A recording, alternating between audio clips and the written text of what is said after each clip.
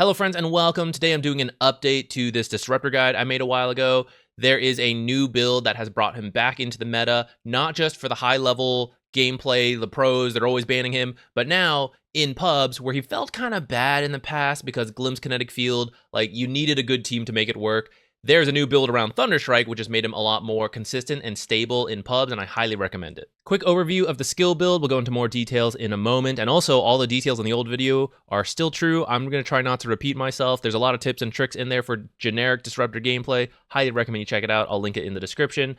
But for the new build, level 1, save your skill point till you actually need it. Now with the blood grenades and the bounty rune fights, very common, more so than in that past video. So save the point if you need a glimpse for first blood, or they TP to the tower and you can glimpse him back. That's fantastic, really high value. Take it level 1. In the past, in that old video, level 1 glimpse was stronger, but if you can't get one of those situations, you don't want to start with glimpse anymore. So take Thunderstrike, which did get buffed. So it has 0.4 seconds of 100% attack slow and move slow every strike at all levels now, instead of having to max it. So this made Thunderstrike a lot better. It's still not some I'm going to fight this clockwork 1v1. Like, it's not that good, guys, but it will get you 1 or 2 extra auto attacks over the course of 4 strikes, doing 100% attack slow. If they recognize that, they don't want to engage with that, they try to run away, they're slowed, you get 1 free auto attack, they still stay back while they wait for Thunderstrike to end, so you can then just deny creeps in front of their face. So it's a really good spell in the laning stage.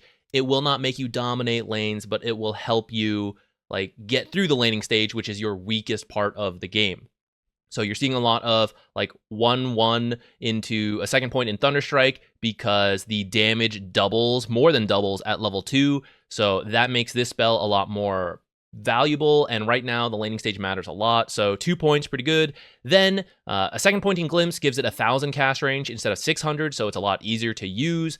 If you already have a good matchup, like Monkey King into a melee offlaner, feel free to take Kinetic Field a little bit earlier. It's not a stun, but it does trap people for 2.6 seconds, and if they have no escape out of the Kinetic Field, then that's fantastic.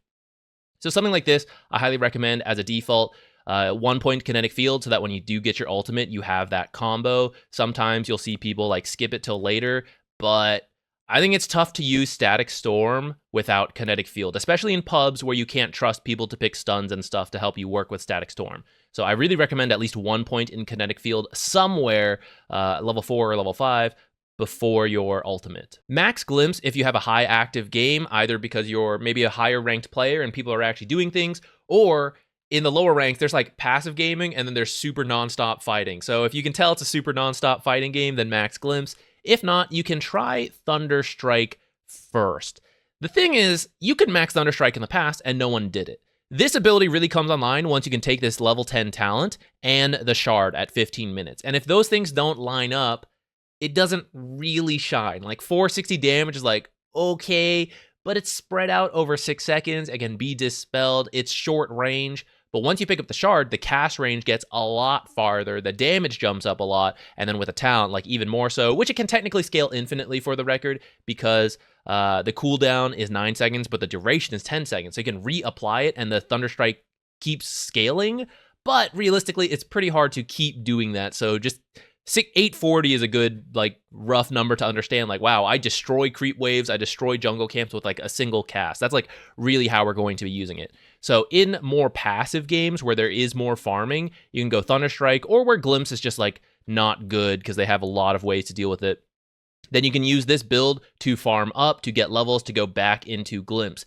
If you're maxing Thunderstrike first, make sure you take this talent as soon as possible, and then from there, max Glimpse, go that way. If you're getting Glimpse first, which can help you get a couple extra kills, you will notice the difference between 1,000 and 1,800 cast range if you play a couple games of Disruptor, do these different builds. If you pick up a couple extra kills with this, you will get golden XP to go right back to that Thunderstrike. And if you hit level 10, you don't have this maxed out, don't take the talent yet, finish maxing Thunderstrike, buy the shard, get the talent at level 11, and then it'll all line up a little better, in my opinion. From there, pretty standard, Kinetic Field, take your ultimate. Talent-wise, the Thunderstrike, if you're getting the shard, which is pretty much every game at some point, even if it's not 15 minutes, at some point you're getting the shard, you want this talent. If you really think like it's like one of the old build kind of games, you just need to Kinetic Field trap people, then this talent. Otherwise, these talents are pretty much required because this is why Disruptor is really good. Static Storm plus Aghanims in the late game, you want to trap them for as long as possible. This will give you 6.4 seconds of silence plus potentially muting their items once you pick up the Aghanims, so you really want these talents. Items, let's just cover the new stuff. So Blood Grenades weren't in the game in the old guide, so that's really good. Pick that up. You still want the cheap right-click items more than the mangoes. Null Talisman recently got buffed. I've been trying it out. Feels okay. So if you're position 4, if you pick up First Blood, whether you're 4 or 5, or maybe you just want to be greedy, I've been kind of liking a first item Null Talisman. Not like literally first item, like I buy these and then I upgrade into the Null Talisman. I still buy like more Tango stuff as I need it, but as I get the money, I finish the Null Talisman. Feels decent in the laning stage, and then it doubles in value later and will help you spam out Thunderstrike, which you could use a lot more with this shard, which that's kind of the other difference. So you'll see Arcanes here. I think in the past I had both Tranquils and Arcanes. Arcanes are good with the general playstyle for Disruptor, but also the Thunderstrike, you're using it a lot more than you did in the past with this build, which means you want more mana regen, so Arcane Boots, a lot better than Tranquils now, in my opinion. Then get the Shard, 15 minutes. If you want to get it later because you want to get a different item first, that's fine. Blink, really good. If you're first picking Disruptor, you're going to see a lot of like Lifestealers. He's really popular in the meta right now. Juggernaut, not as good, but ever popular in pub games, right? Different heroes like that, slippery heroes like Storm Spirit, Puck, that Static Storm is good against, but they're good against Glimpse. The Blink circumvents all that. Blink, Static Storm, Kinetic Field, those heroes, they won't get to use their abilities to dodge Glimpse. Fantastic. Late game, get that Ags. Build whatever else, like typical support itemization. You don't always have to get the shard first, but it's pretty nice. I'd recommend you try it if you haven't, and then adjust from there. For neutrals, anything that gives you health in the early game, since we're building Arcane Boots, we have the mana regen, Null Talisman potentially, right? Lots of mana regen there, but not a lot of health. So Shovel or Seeds of Serenity is great. If not, just mana, damage, stuff like that is fine. Tier 2 onwards, many people just like immediately grab cast range, but think about the game if you actually need it. Like, if there's a lot of melee heroes, if you're not having trouble with your spells, because with the Aghanim Shard, all of your spells are quite long range, right? You don't need to overkill if you have enough cast range, but sometimes, especially if you're using Glimpse to cancel long-range channels like Snapfire ult, or you're using your Aghanim Shard to cancel blinks, then you might want more cast range, that's fine. But other times you just need to survive, because now you have a lot of low cooldown spells. You want to make sure you live through a fight, so don't be afraid to pick up armor versus physical damage, right? A lot of health and Pupil's Gift, magic resistance, stuff like that. Or just like general utility, like more movement speed to run around the fights, mobility to like get away from people. Those are all really good. Let's talk through a couple gameplay examples now, especially around Glimpse usage and ults, because that's kind of like the big part of the hero. So here I was looking to gank the Razor, and this kind of stuff usually works. Like, especially if you have more points in Glimpse. In this game, I actually did get the Kinetic Field point at level 4. But sometimes you can just run at the hero, and they see you, and they're like, oh no, they run away. But you drop the Thunderstrike, you chase them, and then you just glimpse them back, and then Kinetic Field trap them here, and your carry walks up during that time, and then you glimpse them back right to the carry. The carry then like triple raises, uses whatever abilities, it's fine. I actually run into Witch Doctor here instead. So first, drop Thunderstrike. If they have 4 staffs, if they have some kind of escape ability, they're going to use it, you know, like 4 staff away, run away, and then maybe I lose sight of them because it's nighttime, they get around trees, and I can't glimpse them back. So you want to Thunderstrike right away so that this will keep vision of them. Even when it's not striking, you have vision of them. Vision for 6 seconds, up to 10 seconds with the shard, so that gives you a lot more room to use Glimpse, which right now I have 1 point in, but later you'll have 1800 cast range, which will get you like all the way back here, right? So you want to start with the Thunderstrike, and then because he's right next to me, you don't have to save Kinetic Field for the Glimpse setup, right? If he's next to you, just use Kinetic Field. So I'm just going to put it here, trap him in here with the Shadow Fiend, and let's pretend he lived. Let's pretend it's later in the game, it's harder, right?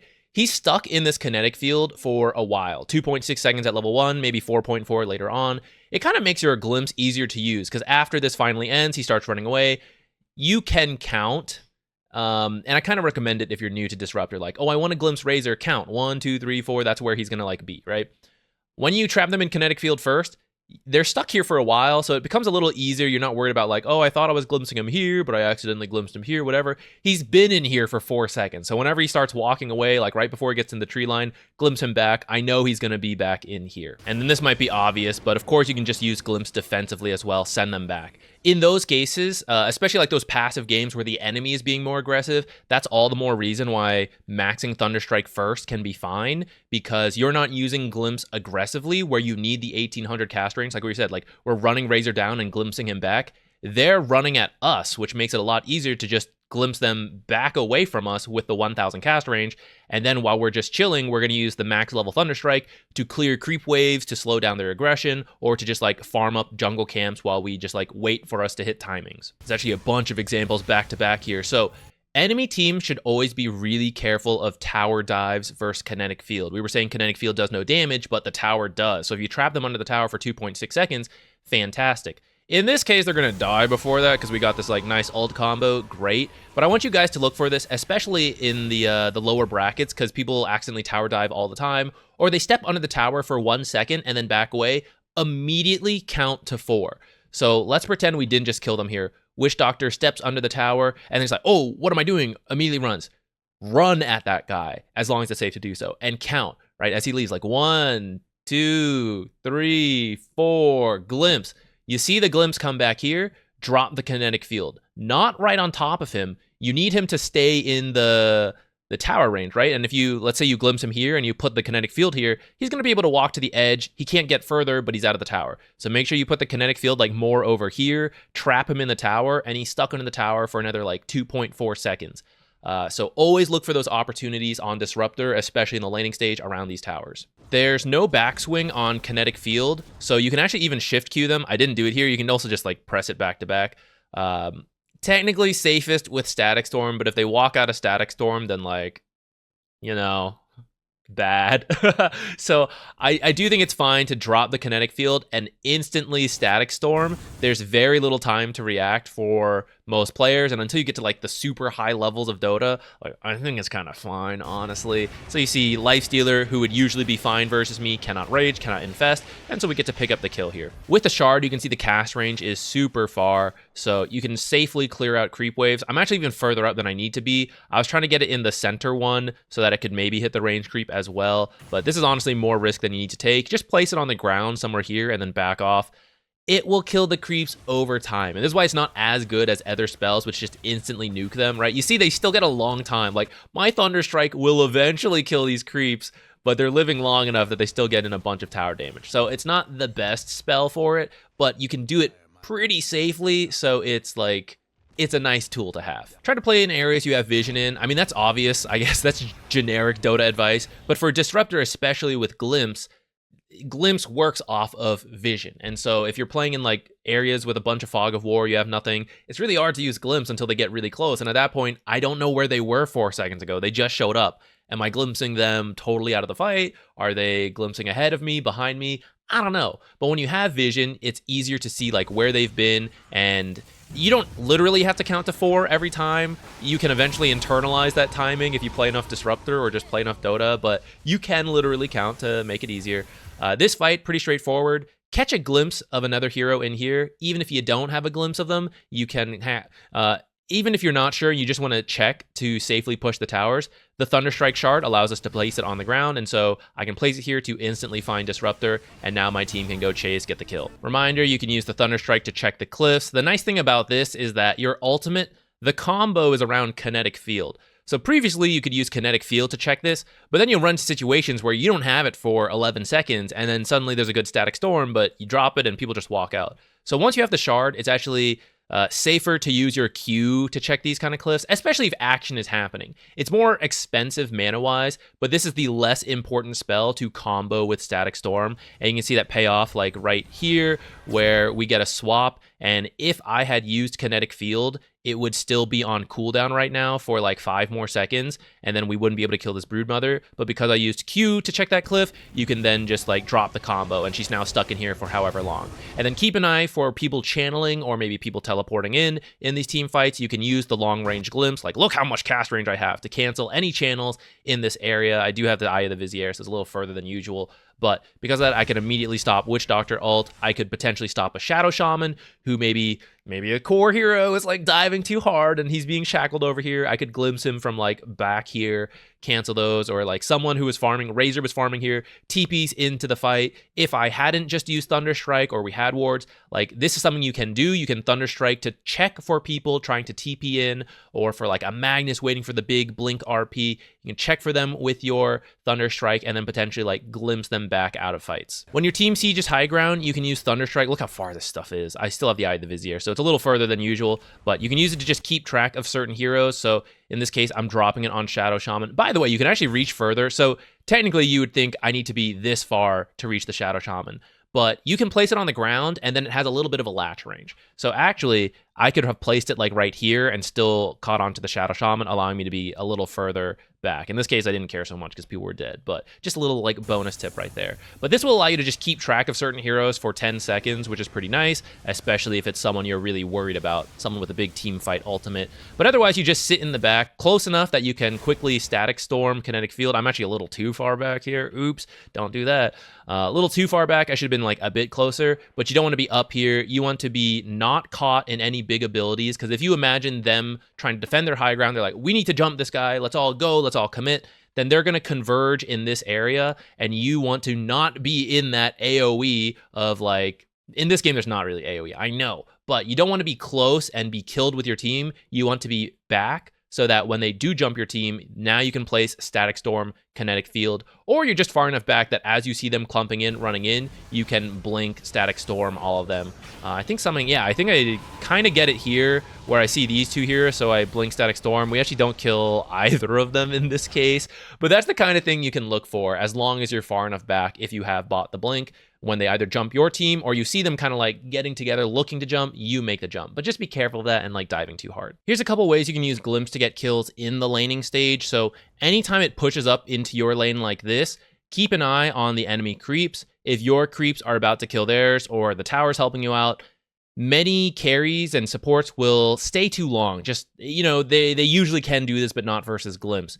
So I know that these creeps will die soon because they're in the tower, so I'm going to start running at Clinks. I'm going to drop the Thunderstrike to keep vision of him. And what I was hoping to do is glimpse him back to around this area as these creeps are dying. And even if the tower doesn't help us, we have 2 heroes, 4 creeps, like helping us kill Clinks. It'll be a good trade. Mars actually gets here and zones me away, so I don't go for it. But you guys can look for this kind of stuff because sometimes the support, I thought Mars was doing a small pull, and then we would be able to do this. But the fact that he was here stopped it. Other situations, like he would be doing the small pull, so I would glimpse Clinks back, and he'd be like right here right now maybe. And this, even if we don't kill him, it's a really good trade for us, right? With this many heroes hitting him and all he has to do is run. You also don't always need to use Glimpse to bring the carry to your team. If your team can close the gap on their own, then you can just fight it out. And as they run, and being melee heroes, or like when you just stand still and attack and someone's just running, they tend to get away, right? Then you just glimpse them right back into you guys, and then they have to continue to run away. Or they can try to fight, like in this situation. I do eventually end up dying for this, but we get the kill on Clinks first, and that's the more important kill. So I was just in the mid lane, and I'm rotating back. Other times, you might have just like twin gated, stuff like that, but people will often like, you know, play a little aggressive, you're gone, and that's when you can flank them and just glimpse them all the way back here. So I see Clinks kind of low, drop the Thunderstrike to maintain vision, glimpse him right back into the Dawnbreaker for us to not kill him, but it was a good trade, you see. Now I get chased, I almost die. But here's the thing, once you're winning a lane, it's very hard to get away from a Disruptor because of the slow, the glimpse, the kinetic field, and that's why if you have a strong lane because your core is strong, the Dawnbreaker was having a good game this time, then we are strong and Disruptor looks really good. But if you are really weak because your carry to core matchup's bad, whatever, right, then you don't really get to do a lot of this. So draft-wise, for anyone playing with a lot of Disruptors, maybe you're watching this Disruptor guide, I don't know why, you know, you just want to learn more about Disruptor, how to deal with them. Pick strong heroes with Disruptor. It's going to be the best. Unfortunately, I have a lot of losses with Disruptor recently, actually, because I keep having like 3 farming cores, and Disruptor's not the hero for that. It's really bad. So if you see a Disruptor on your team, you want active cores who can be strong in the lane, be aggressive with you so that you can make use of this gun. Look how many times I'm glimpsing people back and we're picking up kills, right? Now I'm actually going to die for this one. But if I lived a little longer, I could tell her like, hey, go chase that guy, go drop Thunderstrike, like maybe a kinetic field, glimpse him, like if the cooldowns are there. It's very hard to get away from a team that is winning with Disruptor, but if they're losing, it feels bad. When your team is defending towers, they can TP in a little later because you can always glimpse them back. You can also wait, but don't underestimate how long of a cast range you have on your abilities, even without an Aether Lens or any of those cast range items.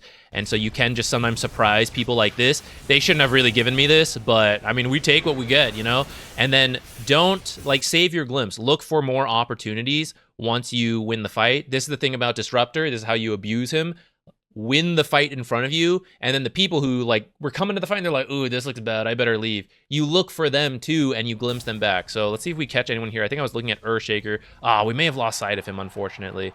Yeah, you see me looking for them. They're just a little bit out of range, or in this case, we lost sight of him, and I didn't have the shard at this time yet because I'm going for Blink to surprise the Juggernaut. But if I had the shard at this point, then I could like place it somewhere around here, try to catch the Earthshaker, glimpse it back, pick up one extra kill. What should be a double kill becomes a triple kill, and that's how you want to push your lead as Disruptor. We were actually losing this game, and we just need to find these fights. But it's the same, right? You're losing. You manage to find a pickoff. You need as much as possible. Look for glimpses further on of the people retreating. All right, last fight I'll talk through. So here, the Juggernaut retreating back. I saw him use Blade Fury earlier, which is kind of the thing, right? He can't push this using Blade Fury. I mean, he literally did, and that's what happened. He's going to get glimpse because of it. So he can't push. He has to save it for the glimpse, which opens it up to more threat that maybe my team jumps him, even without me being the one to do it. So we do find this Juggernaut kill here, and then my team is winning this fight. I'm going to speed through this part. It gets a little scary for a moment, but we do end up winning the fight. And then because we want more, this is what the glimpse comes in for. I'm just going to chase him, count as long as I can, and then glimpse him back, trap him, get another kill. Immediately look for more. I still see 2 more heroes. I know where 4 versus 2, they probably want to run, and I have Blink. Glimpse is on cooldown, but you can chase for a long time. So who do we go for? Earthshaker here. So I see him. I think I told the Storm, like, keep going. I almost have Glimpse, and I have Blink. So ends up being a very short range glimpse from here to here, but it's just kind of enough. And then don't be afraid to use your ult even without Kinetic Field. I kind of messed up trapping him. Oops. But you can still sometimes get kills like this, because just the amount of time it takes to walk out of the Static Storm can be enough of a silence to get some kills. It's scary to do. It feels like a bit of a waste, but as you play enough Disruptor, you kind of get a feel like this one was kind of close. You know, I maybe messed it up as well. All right, that's it, guys. Go give this a shot before it gets patched in like 5 days. I'm doing my part to get the patch out, make this invalidated right away. But that's a few days to go. Play Disruptor, get some wins, and the video will be linked in the description if you want even more details on him. Thank you. See you in another video.